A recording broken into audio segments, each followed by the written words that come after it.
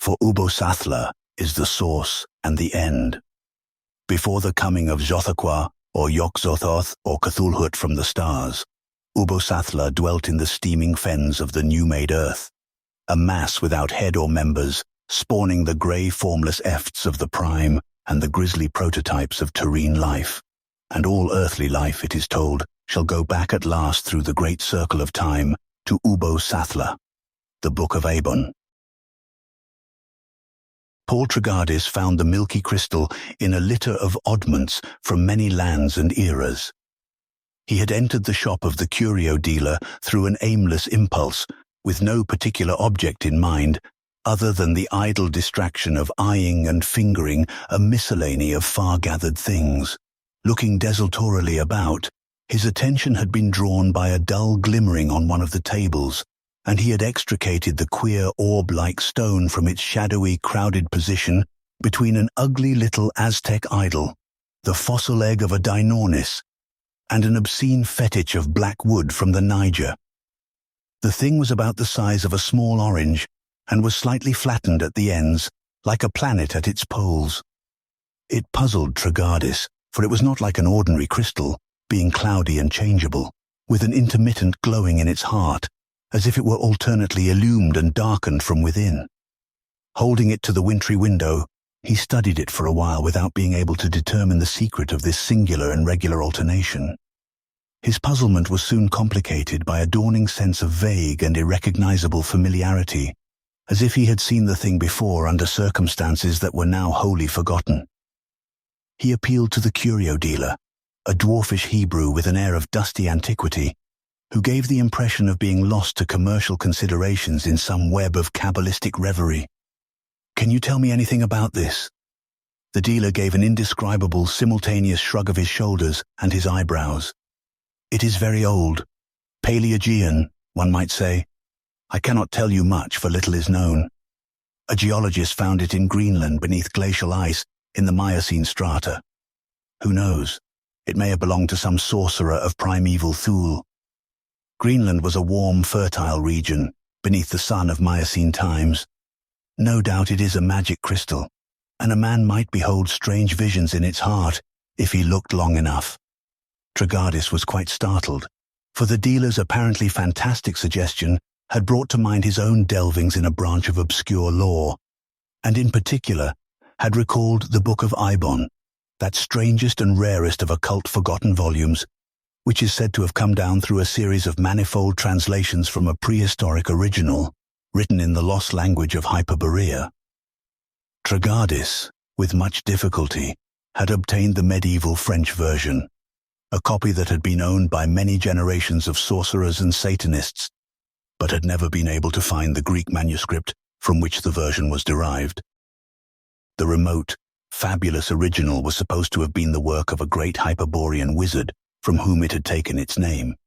It was a collection of dark and baleful myths, of liturgies, rituals and incantations both evil and esoteric, not without shudders. In the course of studies that the average person would have considered more than singular, Tragardis had collated the French volume with the frightful Necronomicon of the mad Arab Abdul al-Hazred. He had found many correspondences of the blackest and most appalling significance, together with much forbidden data that was either unknown to the Arab or omitted by him or by his translators. Was this what he had been trying to recall? Tragardis wondered.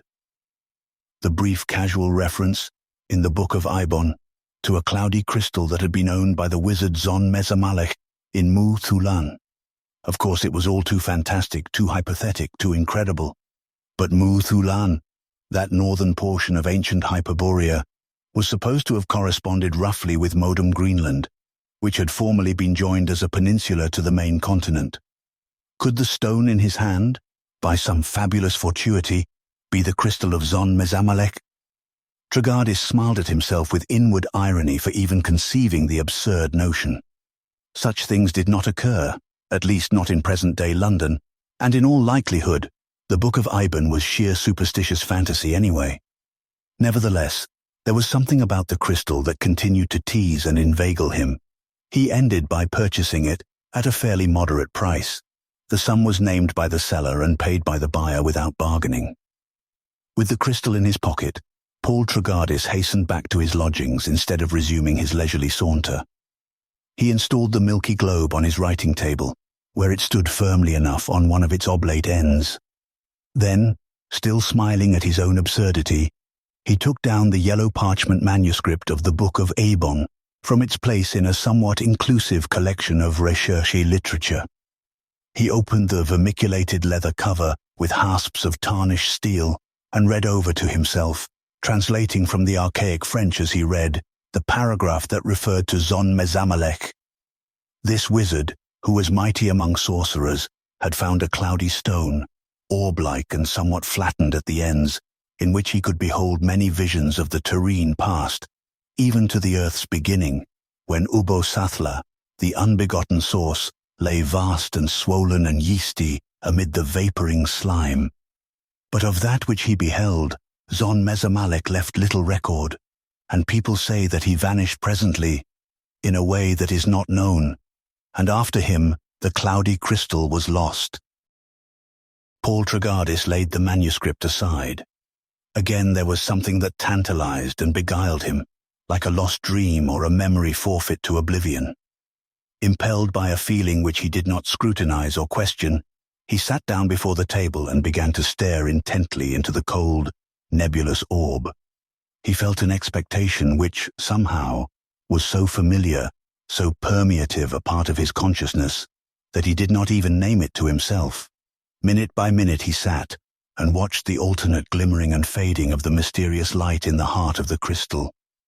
By imperceptible degrees, there stole upon him a sense of dreamlike duality, both in respect to his person and his surroundings.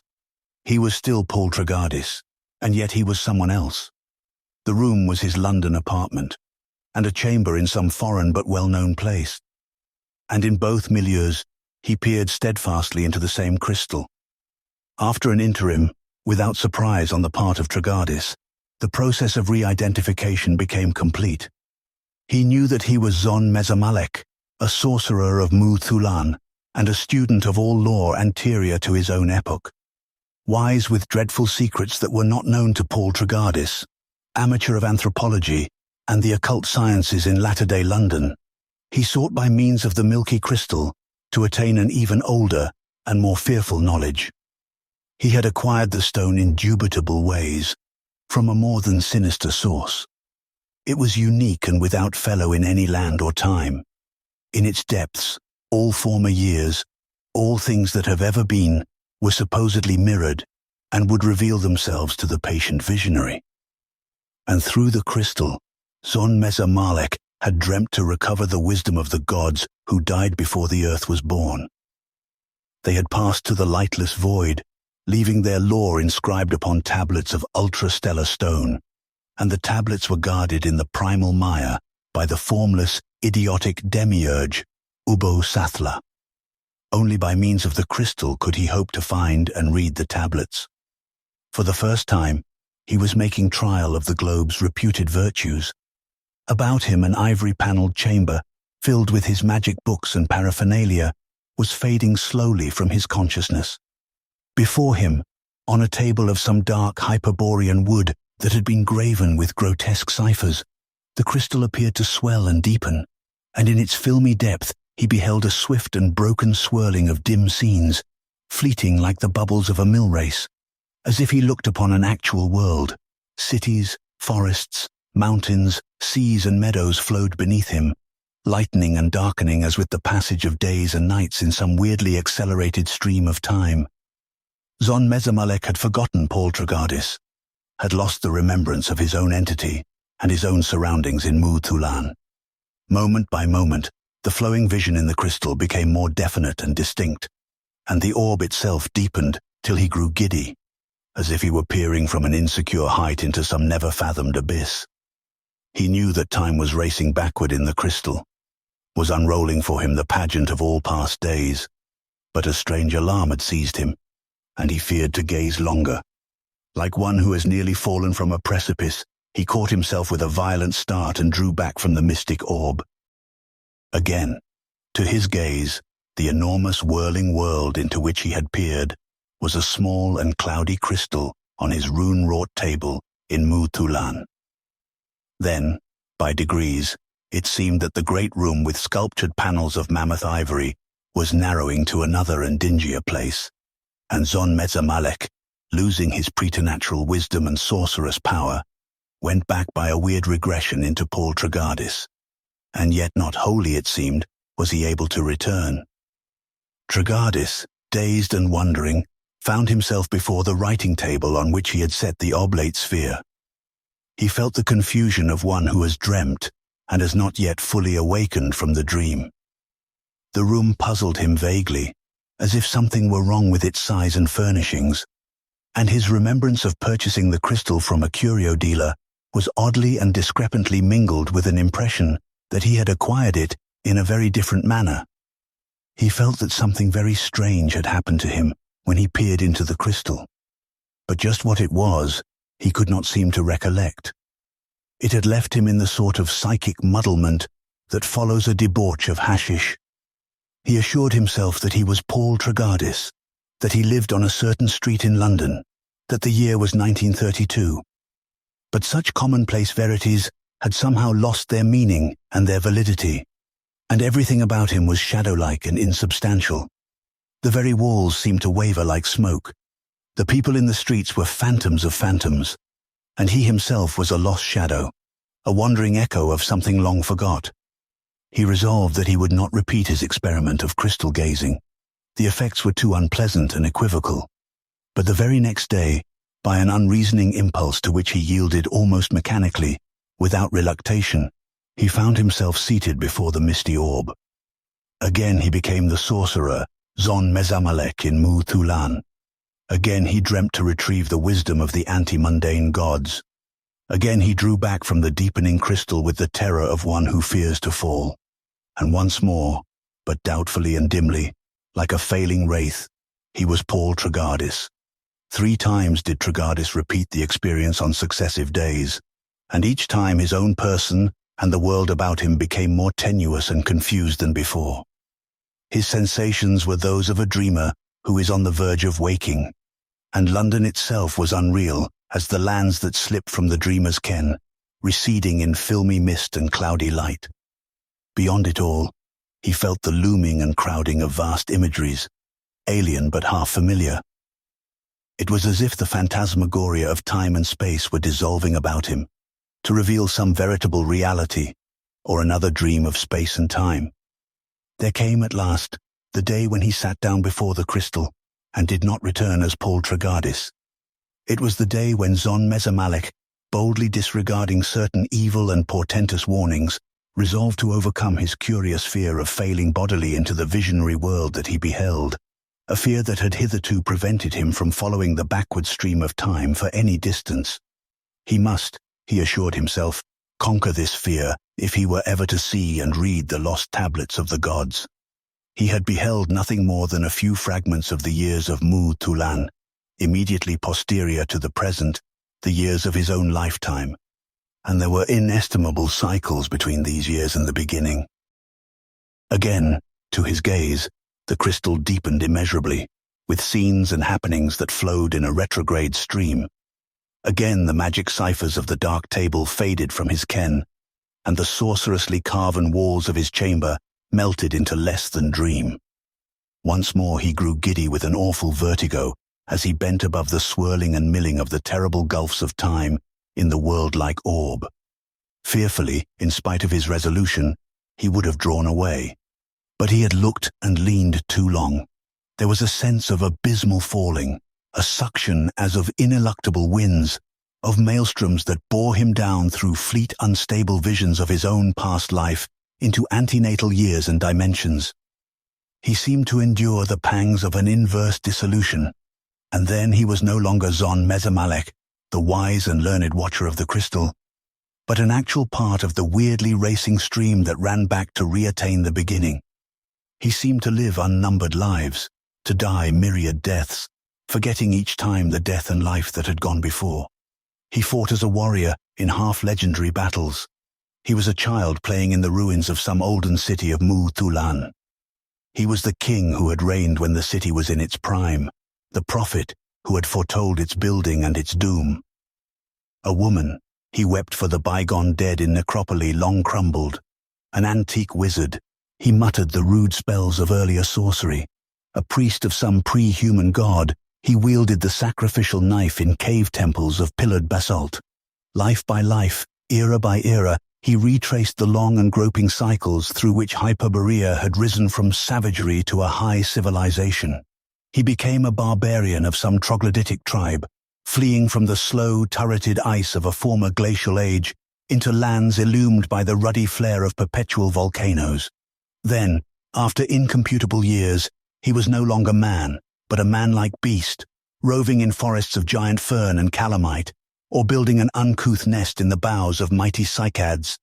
Through eons of anterior sensation, of crude lust and hunger, of aboriginal terror and madness, there was someone, or something, that went ever backward in time.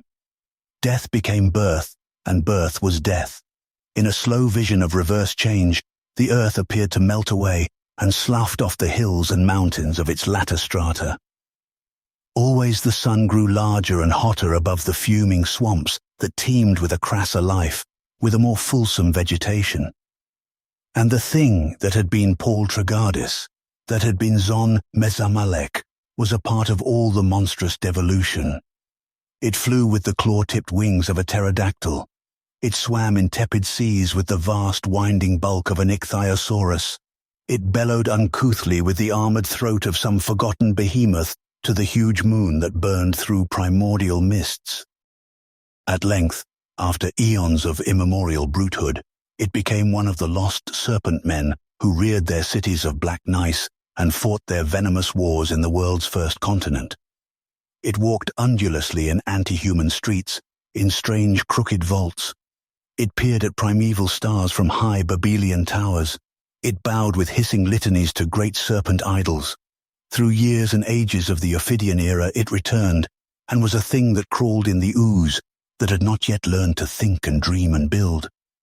And the time came when there was no longer a continent, but only a vast chaotic marsh, a sea of slime, without limit or horizon, without shore or elevation, that seethed with a blind writhing of amorphous vapors. There, in the grey beginning of earth, the formless mass that was Ubbo-Sathla reposed amid the slime and the vapors. Headless, without organs or members, it sloughed from its oozy sides, in a slow, ceaseless wave, the amoebic forms that were the archetypes of earthly life. Horrible it was, if there had been aught to apprehend the horror, and loathsome, if there had been any to feel loathing. About it, prone or tilted in the mire, there lay the mighty tablets of star-quarried stone that were writ with the inconceivable wisdom of the pre-mundane gods. And there, to the goal of a forgotten search, was drawn the thing that had been, or would sometime be, Paul Tragardis and Zon Mezamalek. Becoming a shapeless eft of the prime, it crawled sluggishly and obliviously across the fallen tablets of the gods, and fought and ravened blindly with the other spawn of Ubbo-Sathla. Of Zon Mezamalek and his vanishing, there is no mention anywhere, save the brief passage in the Book of Eibon. Concerning Paul Tragardis, who also disappeared, there was a curt notice in several of the London papers. No one seems to have known anything about him. He is gone as if he had never been, and the crystal presumably is gone too. At least no one has found it.